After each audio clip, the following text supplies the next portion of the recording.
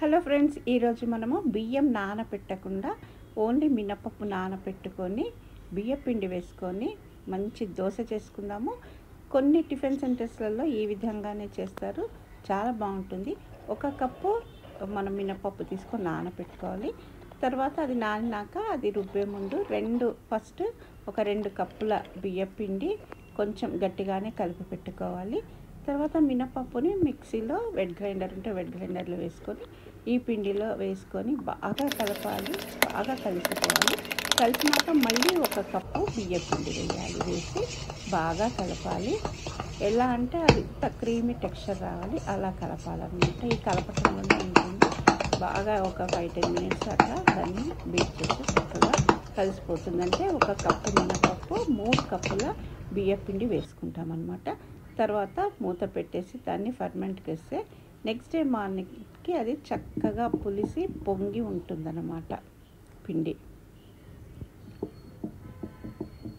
కానీ కలుపుకోవటం మాత్రం బాగా అది క్రీమీగా ఉండే వరకు పిండి బాగా, ఎందుకంటే మినప్పిండి ఉంటుంది కదా, అది బాగా కలిసిపోయేలాగా కలుపుకోవాలి. చాలా ఈజీగా అయిపోతుంది, బాగుంటుంది కూడా, క్రిస్పీగా కూడా ఉంటుంది దోశ.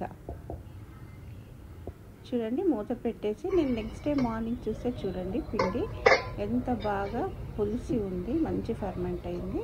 ఇంకా దీన్ని మనము దోశ వేసుకోవటం. అయితే ఇక్కడ ఒక చిన్న ఇది ఉంటుంది మనకి, ఏంటంటే ఇందులో ఒక 2 స్పూన్ల, మామూలుగా వాళ్ళైతే 1 కప్పు మైదా వేస్తారు, మనమైతే 2 స్పూన్ల మైదా కానీ లేకపోతే 2 స్పూన్ల గోధుమ పిండి కూడా వేసుకోవచ్చు, బాగుంటుంది.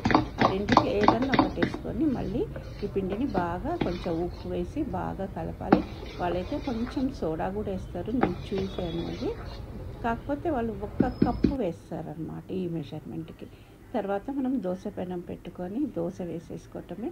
మనం మామూలుగా దోశలు ఎలా చేసుకుంటామో అలా ఏదైనా కారం దోశ చేసుకోవచ్చు, ఆలు కర్రీ పెట్టుకోవచ్చు, పన్నీర్ వేసుకోవచ్చు, ఏ విధంగా అయినా వేసుకోవచ్చు అనమాట. ఒకసారి ట్రై చేసి చూడండి. అలాగే ఛానల్ సబ్స్క్రైబ్ చేసుకోండి, షేర్ చేయండి, లైక్ చేయండి, ఏమైనా కామెంట్ ఉంటే పాస్ చేయండి. పెంకంతా మనము దాన్ని బాగా క్లీన్ చేసుకున్నాక ఒక గట్టెట్ పిండి వేసుకొని దోశ ఎలా వేసుకుంటామో అలాగే అన్నమాట. మంచి కలర్ వస్తుంది, ఇది కింద మనకి మంచి మంచి ఒకలాంటి రెడిష్ కలర్ వస్తుంది. దోశ చూడటానికి అందంగా ఉంటుంది, తినటానికి కూడా బాగుంటుంది అన్నమాట. దీనికి నూనె కానీ నెయ్యి కానీ బటర్ కానీ ఏదైనా అప్లై చేసుకోవచ్చు మనము. ఇది మన ఇష్టం అన్నమాట. చూడండి ఎంత బాగా అది మనకి కలర్ వచ్చేసిందో. మనము మైదా వద్దు అనుకుంటే గోధుమ పిండి వేసుకోండి, గోధుమ పిండి కూడా చాలా బాగుంటుంది అన్నమాట. దీంతో మనము పల్లి చట్నీ, కొబ్బరి చట్నీ, ఏదైనా అల్లం చట్నీ ఏదైనా వేసుకొని మనము తీసుకోవచ్చు, చాలా సింపుల్గా బాగుంటుంది. తర్వాత మనం ఒక చీజ్ దోశ వేసుకుందాము. మామూలుగా దోశ వేసుకొని నేను ఎర్రకారం ఏం ప్రత్యేకంగా చేయలేదు, టమాటా పండు మిరపకాయల పచ్చడి ఉంటే అది కొంచెం తీసుకొని అందులో ఉల్లిపాయ కట్ చేసి వేసుకొని దీని మీద స్ప్రెడ్ చేశాను అన్నమాట. వేసి కొంచెం పుట్నాల పౌడర్ వేసాను, కొంచెము స్పైసీగా ఉంటుంది. తర్వాత చీజ్ క్యూబ్ అనమాట, ఇది క్యూబ్ని కొంచెం గ్రేట్ చేశాను, కానీ అది ఎందుకో క్యూబ్ సరిగ్గా గ్రేట్ అవ్వలేదు, చేయితోటే నలిపి వేసేసాను అనమాట. మీ ఇష్టం ఉంటే వేసుకోవచ్చు, లేకపోతే పన్నీర్ వేసుకోవచ్చు, లేకుంటే ఓన్లీ పౌడరు కారం ఎర్రకారం వేసుకొని కూడా పిల్లలు ఇష్టంగా తినొచ్చు అన్నమాట, వెరైటీగా ఉంటుంది.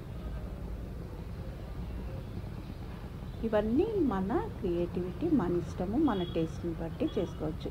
మామూలుగా బేసిక్గా మాత్రం పిండి 1 కప్పు మినపప్పుకి 3 కప్పుల బియ్యం పిండి వేసుకోవాలి. తర్వాత మనమైతే 2 స్పూన్ల గోధుమ పిండి ఆర్ మైదా వేసుకోవచ్చు, వాళ్ళైతే 1 కప్పు వేసుకుంటారు. ఈ విధంగా మెజర్మెంట్ పెట్టి చేసుకుంటే చాలా బాగుంటుంది. ఒకసారి ట్రై చేయండి, ఎంజాయ్ చేయండి.